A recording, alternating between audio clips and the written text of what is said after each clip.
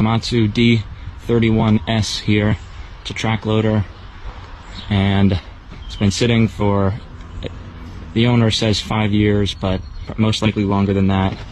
So the story with this is someone came about a year ago to try and get it running, but they took stuff apart and didn't put it back together and left.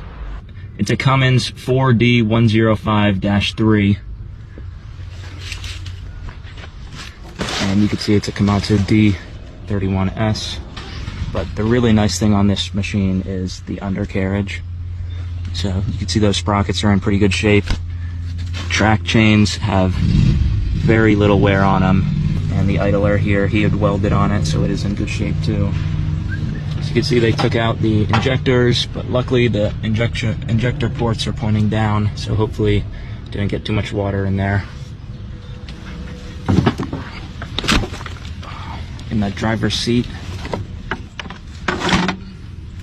it's got 2100 hours, keys still in it, pretty basic setup.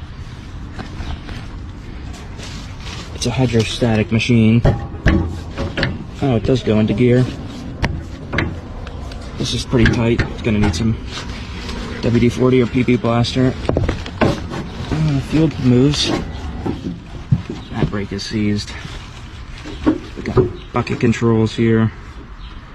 Safety lever.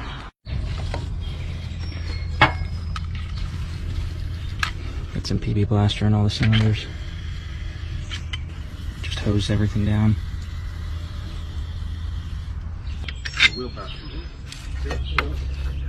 Alright, it's a 22 millimeter. Uh-oh. Not moving. Looks like it's locked up pretty solid. So it looks like the exhaust is open, and that's part of the intake. The intake is open.